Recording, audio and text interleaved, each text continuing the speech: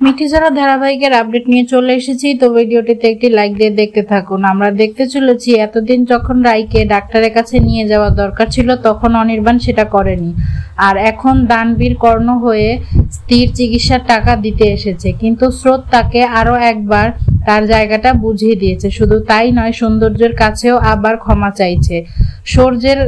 সূর্য বলে দেয় আর কতবার অনিদা। এরপর ছুটে আসে অনির মা ও বাবা, কিন্তু তাদেরকেও ধুয়ে দেয় স্রোত। সত্যি বলছি, দেখে খুব মজা লাগছিল যখন সবাই অনিককে ইগনোর করছিল, কিন্তু যন্ত্র ঠিক লুকিয়ে রায়ের কেবিনের সামনে চলে যায় আর আবারও একবার প্রতিজ্ঞা করে সে ভালো হয়ে যাবে, সে আর কখনোই সন্দেহ করবে না।